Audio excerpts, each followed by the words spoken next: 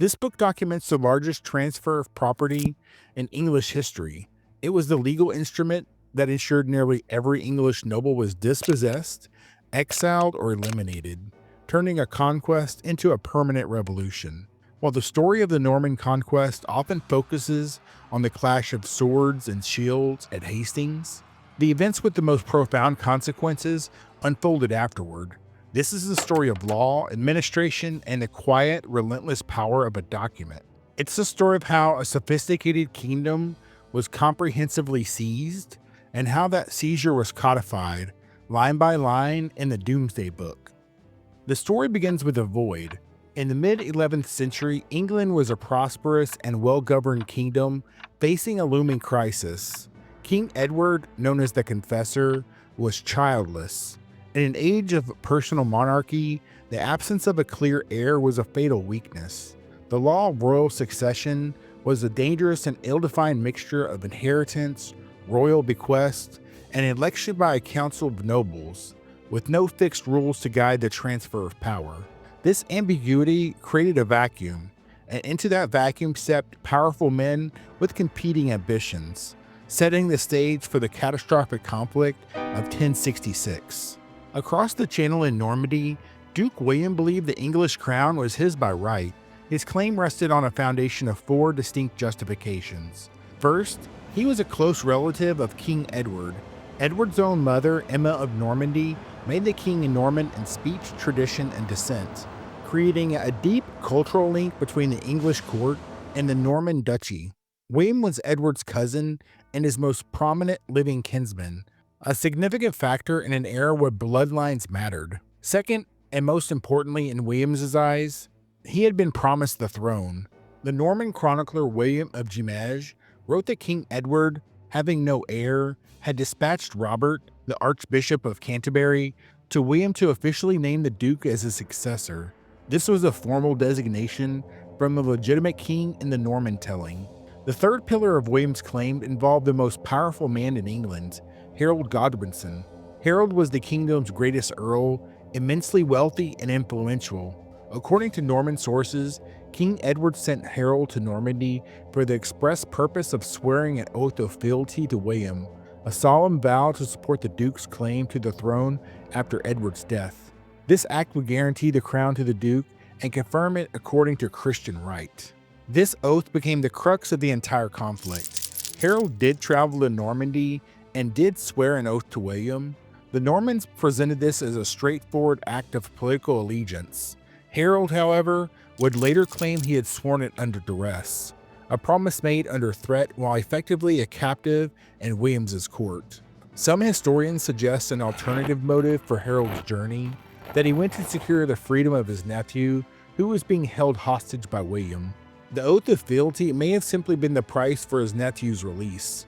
Whatever the truth, this forced promise would haunt Harold and give William a powerful justification for war. He would frame his invasion as a righteous mission to punish a perjurer, a man who had broken a sacred oath. Back in England, Harold Godwinson's own claim to the throne came from a more immediate source, a deathbed grant from King Edward the Confessor. As King Edward lay dying in January 1066, he supposedly entrusted his kingdom to Harold, who was at his bedside. The Anglo-Saxon Chronicle, an English source, records the events with stark clarity. King Edward died, and Earl Harold succeeded the realm of England, just as the king had granted it to him, as he had been chosen to the position. The speed of what happened next was telling. Edward died on the 5th of January. He was buried the very next day in his newly consecrated church in Westminster. On that same day, Harold was crowned king. This haste, according to some historians, suggested a premeditated seizure of power, a coup d'etat executed with extreme speed because Harold feared opposition. He was chosen by the chief magistrates of England, a body likely representing the Witan, the council of the kingdom's leading nobles and clergymen. The urgent coronation signaled to the world, and especially William, that the English throne had been decisively taken. For William, this was an intolerable betrayal. Harold was a usurper who had broken a sacred oath. It was now clear that if he was ever to become king of England, it would only be through war. He began to assemble a massive invasion force. Crucially, he sought and received the support of the Pope, Alexander II, who gave William a papal banner to carry into battle. This transformed his invasion from a dynastic dispute into something resembling a holy war, strengthening his resolve and legitimizing his actions in the eyes of Christendom. On October 14, 1066, the armies of William and Harold met near Hastings. The battle was brutal and ended decisively with Harold's death and the shattering of the English army. From Hastings, William marched across southeastern England, securing Dover, Canterbury, and the royal treasury at Winchester before advancing on London. The great cities of the kingdom offered their submission without a fight. The English resistance had collapsed.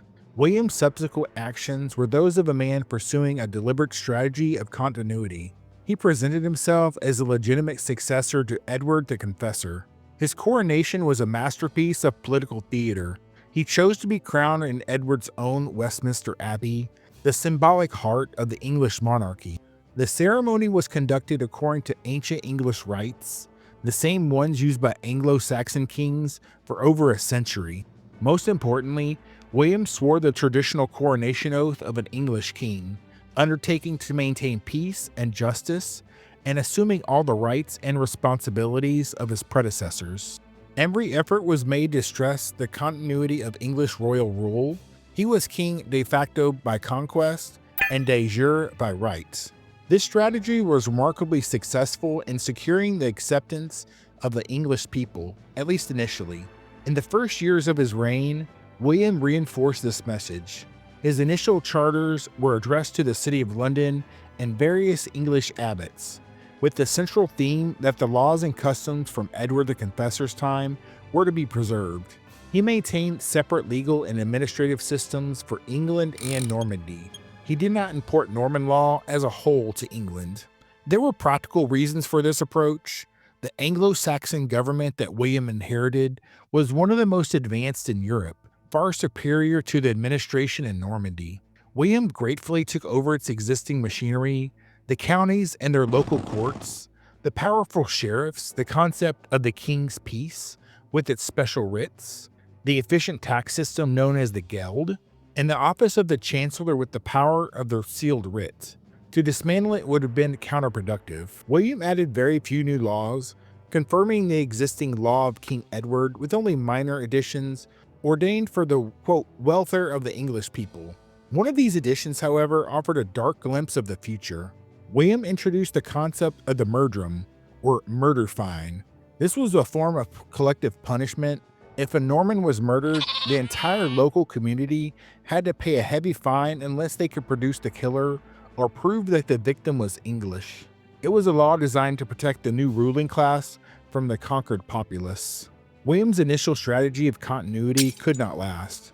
From the end of 1067 through 1072, he was forced to crush a series of violent English rebellions across the country. These uprisings seemed to have hardened his attitude and convinced him that his conciliatory approach had failed. The presentation of the legitimate successor began to give way to the actions of a true conqueror. A profound shift occurred in the early 1070s. William gave up trying to learn the English language and stopped using it in official documents. After 1072, he spent very little time in his new kingdom, ruling it largely from Normandy. His reign entered a new, more transparently Norman phase. To consolidate his power and suppress future revolts, he employed the classic Norman strategy of castle building. These stone fortresses were symbols of foreign domination, centers of regional administration, and bases for military campaigns that projected Norman power deep into the English countryside. He began to make major and lasting changes to English law and society. In a landmark ordinance in 1072, he separated the secular common law courts from the ecclesiastical courts of the church. This act would have a tremendous effect on the future of English law, creating a distinct sphere of royal justice. He also introduced the Norman forest laws, setting aside vast areas of the country as royal forests for hunting and revenue collection. Over time, these forests grew to cover a quarter of England. The most significant change, however, was the ownership of the land itself. The Norman Conquest annihilated England's native ruling class. The 4,000 to 5,000 Anglo-Saxon thanes who had governed England in 1066 were eliminated through battle, exile, and systemic dispossession. This was the largest transfer of property in the nation's history. William began the process of using the English legal writ, ordering the transfer of lands held by those who had fought and died against him at Hastings, justifying it on the grounds they had followed a perjured usurper, Harold. These initial dispossessions sent shockwaves through English society. It was only the beginning. A generation after the conquest, all significant power and wealth in England was in Norman hands. The Witan, the great council of the English people, simply disappeared. The church was purged. William appointed his own man, the Norman Lanfranc, as the new Archbishop of Canterbury. The upper ranks of the church, which commanded immense political and economic power, were closed to Englishmen. The establishment of this new foreign aristocracy was the greatest and most lasting social impact of William's rule. The Normans fundamentally altered the very concept of land ownership. They introduced a system that created a pyramid of tenancies and subtenancies, with the king as the absolute apex, as the ultimate landlord of all of England. Land was now granted by the king in exchange for a specific number of soldiers or cash payments in lieu of service. This new system of land tenure was a monumental change, giving the king unprecedented control over the military and financial resources of his kingdom. By 1085, William had been king for nearly 2 decades. He had survived rebellions, reshaped the law, and replaced an entire ruling class. He needed a complete and definitive picture of the kingdom he now owned. At his Christmas court, he consulted with his great council and made a fateful decision. He would commission a comprehensive survey of his entire realm. This was the genesis of what is now called the Doomsday Book. The name, given later by the English people, invoked the Day of Judgment, a day of final, inescapable reckoning from which there would be no appeal. The name was fitting. William sent his royal inquisitors into every county of England, save for the far north. Their task was to compile a detailed and exhaustive inventory of the nation's wealth. The scale of the undertaking was breathtaking. For every single landholding, the commissioners recorded its owner, its size, the number of plows, the number of peasants, freemen, and slaves who worked it, the amount of woodland, meadow, and pasture, the number of mills and fish ponds, everything that could be measured and taxed. The survey was completed with remarkable speed, in less than a year. The result was a document unlike any other in medieval England, a forensic accounting of a conquered nation. Its findings confirmed the silent revolution that had taken place. The Doomsday Book revealed that the king personally held about a fifth of the land in England. The church, now led entirely by Normans, held another quarter. Nearly half of all the land was in the hands of a tiny group of William's most powerful Norman followers, fewer than 180 men. By the time the survey was finished, it was rare to find an English name among the major landholders. Only 4 Anglo-Saxon nobles still possessed significant estates. It was calculated that only about 8% of the land remained in the hands of the old English aristocracy. The survey gave William a staggering amount of information, and information is power. He now held a detailed record of his feudal rights and revenues. He knew exactly what his own properties contained and what his tenants controlled.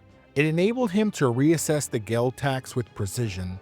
When a noble lord died or forfeited his land for treason, William now knew exactly what to take. The Doomsday Book was the ultimate instrument of control. It made the dispossession of the English permanent, official, and legally binding. The conquest, begun with the sword at Hastings, was now complete, finalized with the pen in Winchester. William the Conqueror died in 1087 in his native Normandy. He left behind a legacy of profound and irreversible change. The social and political transformation of England was revolutionary. The Norman Conquest is best understood as a 2-phase process. The first phase, lasting until the early 1070s, was defined by William's strategic efforts to legitimize his claim by maintaining English law and customs. The second phase was a reaction to English resistance, where he abandoned this strategy in favor of imposing a new order, one heavily influenced by Norman French culture and concepts of power. His most enduring legacy was the creation of a new, centralized state built upon the sturdy foundations of the old Anglo-Saxon government, but repurposed to serve a new, foreign monarchy. He created a kingdom where all land, and therefore all power, flowed directly from the king. His Doomsday Book stands as the ultimate symbol of his reign. It's a monument to his power and to his methods. His legacy reveals him as an administrator, a state builder, and a conqueror. He achieved something far more permanent than a military victory, a conquest achieved with surveys, writs, and laws, solidifying what began with the sword.